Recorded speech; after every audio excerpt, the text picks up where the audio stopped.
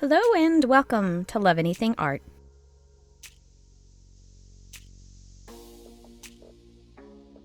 I'm going to use some of this red clay. It's garnet glitter. And some of this gold clay. It's a jewelry gold. I will cut off a good section off of both of them and then chop those up into relatively small pieces.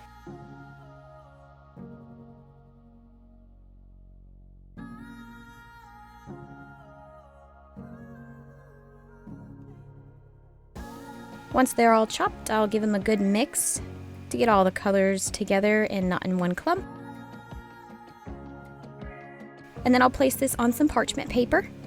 And this will keep my station from getting really messy when I add some paint. I'm using black paint. You could probably use other colors if you wish. Put on a generous amount so that I can coat all of the pieces.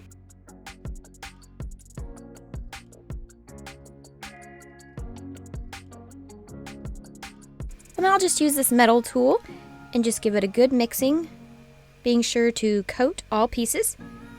And then just gently spread it out away from the center and away from each other so that it can dry a little faster. And once it's pretty much dry, you just want it to be slightly damp so that the pieces can stick together, because if the paint dries, it will not stick together and you'll have to add some Bacon Bond. So I'm going to go ahead and wrap it all up in my wax paper, and that'll keep my hands from getting messy.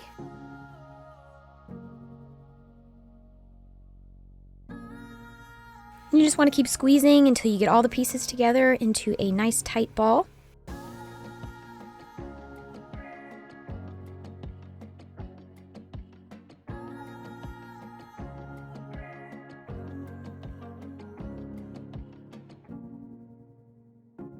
And from there, you can work it into a box shape, making sure that all the pieces are nice and connected. I will put this in the freezer for a few minutes just to firm it up before I cut it.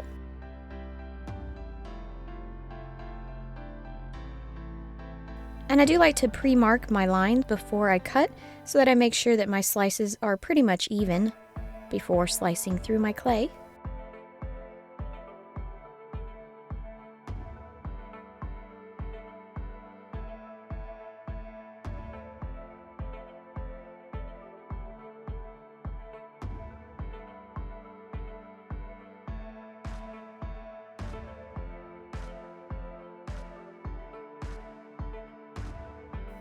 And I did start placing my pieces together, and after a few moments I realized that they're probably not going to stick because the paint is dry on the outside. So I decided that I would go ahead and shave off just a little bit of the outside clay on the rim on all of the 4 pieces, and this will allow it to stick together so I can join the pieces.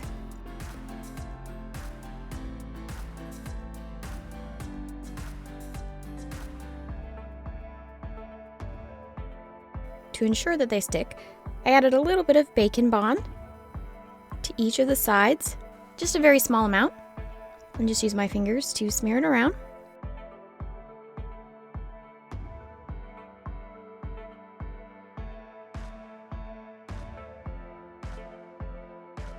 Then I joined the pieces together, and at this point you can do a light burnishing with a piece of paper, with a baggie that's been cut open, and with a roller.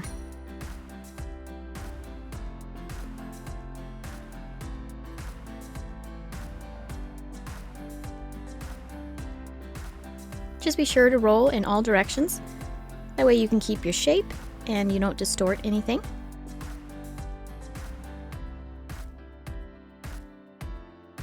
And be sure to flip it over and do the back side too.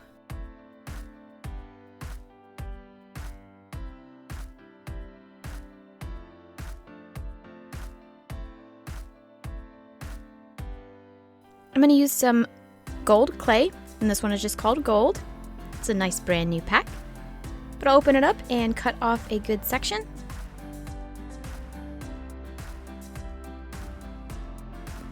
Begin working it and rolling it out into a nice flat piece.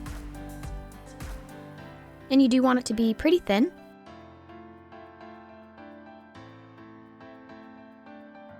I've rolled it out and I'm just going to use my fingers and give it a nice pull to help thin it out a little bit more.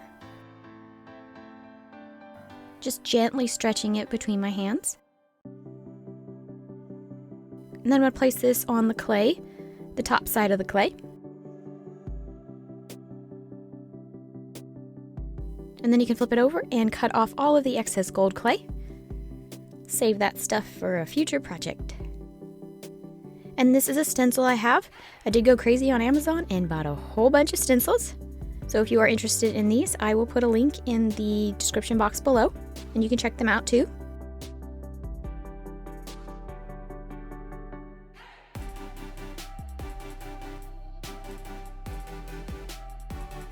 But just place it on your clay on the gold side and give it a nice gentle roll. Not too gentle where the stencil will not stick to the clay, but you do want the gold clay to start coming up and over the sides of the stencil. You can see it kind of peeling up there in the middle, and that is what you want. This means it's going down into the layer of the gold clay, and we can expose the clay underneath, that pretty pattern that we made from the chopped up clay.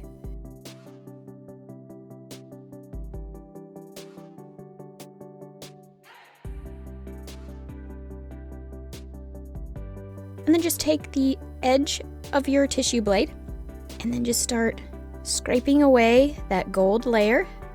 You can save all those scraps for clay projects using scrap clay. I do have some videos on that too. I love doing scrap clay projects. I actually have a playlist for that. But as you're going, you might find that your tissue blade gets stuck on some of the stencil pieces. You can always just go in a different direction or come at it from a different angle, and it should be okay.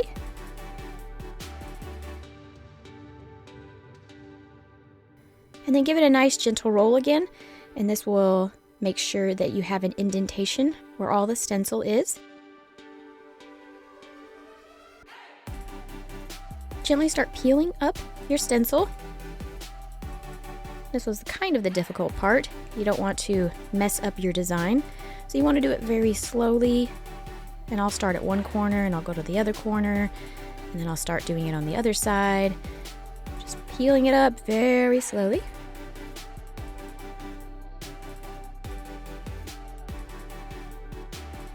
As you can see, the design's coming through and it looks beautiful.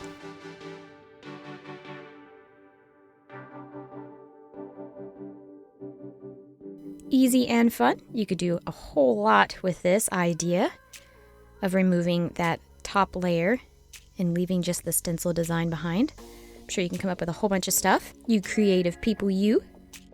I'm going to take some more of that gold clay. I'm going to roll it out pretty thick actually. And this is going to be the backing.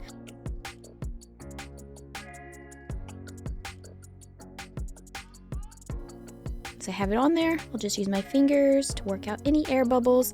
You can also use your roller to attach it and to work out any air bubbles.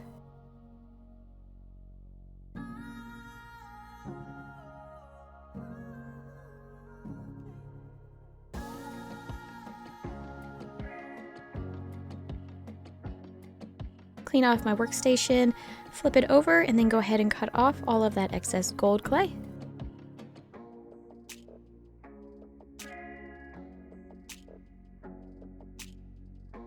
I'm using a little bead. I believe this is a Swarovski crystal bead. Somebody gave me a bunch of beading supplies, so it's random and I'm not really sure what it is, but it was really pretty and I thought it would look good with my clay. It goes with the color combination here. So I'll just place it in the middle of one of those circle patterns. I'll do one for each, and this will be for each of my earrings. Make sure it's tucked in there pretty good. You can also glue it in after you've baked it. And my cutter here has a little groove in the side, so I just kind of want to put it on an end where the gold clay is not, so that it doesn't distort my pattern too much there when I cut down into it. I really should invest in some nice smooth cutters.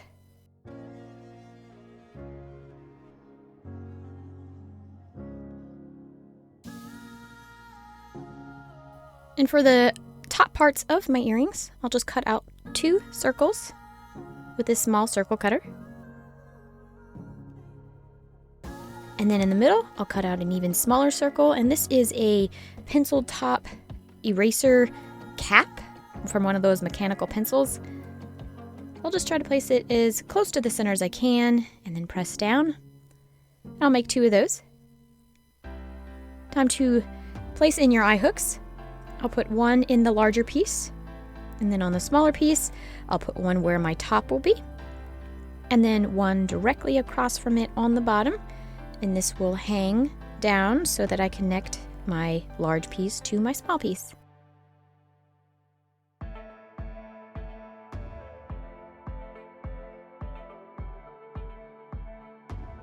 And I've made a little cutout template of this shape. I'm going to place it on my clay, and I'm going to make a few more earrings. Just place it on there and use an X-Acto knife or tissue blade or whatever you have to cut. Just cut out the shape, and then you can use your fingers or the edge of a tissue blade and make it nice and smooth. I'll also sand it down just a little bit after I have baked it.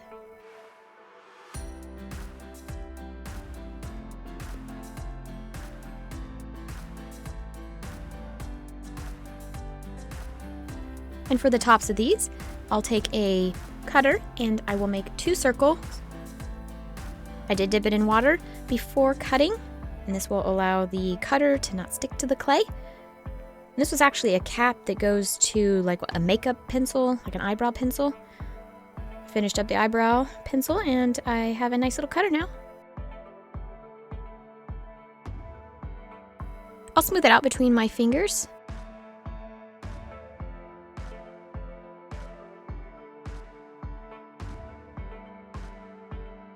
And place in my eye hooks, one at the top of my bottom piece and then one on my little circle piece. Just prepping everything for getting ready to bake.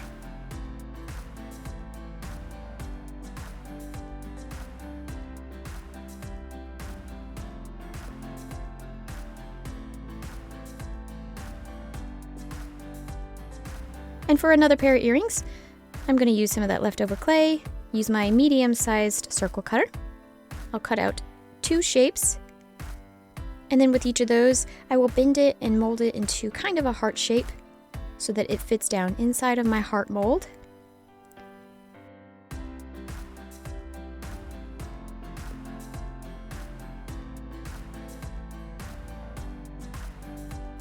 I'll use my finger to push up on the back side so that I can get the clay nice and flush with the mold.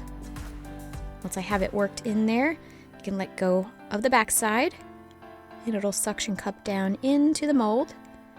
You can lift it back out and fix whatever you need to fix.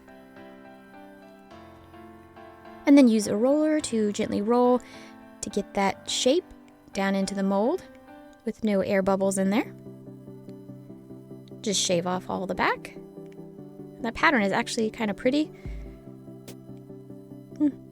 It's an idea. You could probably use that for something else.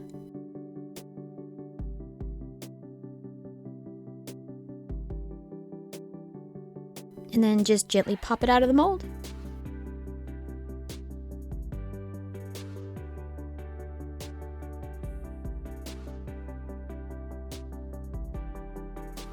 And I've made 2 circles with my circle cutter for the tops of my hearts. Placed in the eye hooks, and I also made these tiny little small ones. I did it the same way I did for my top piece, and then just a little circle on the top. Now it's off to the oven to bake. And I have resined and assembled, and I love the way they look. They're so shiny and glassy looking. That gold and the red together are just beautiful. I hope you enjoyed this. This was my first one, and these were my hearts. They look so pretty once they are resined.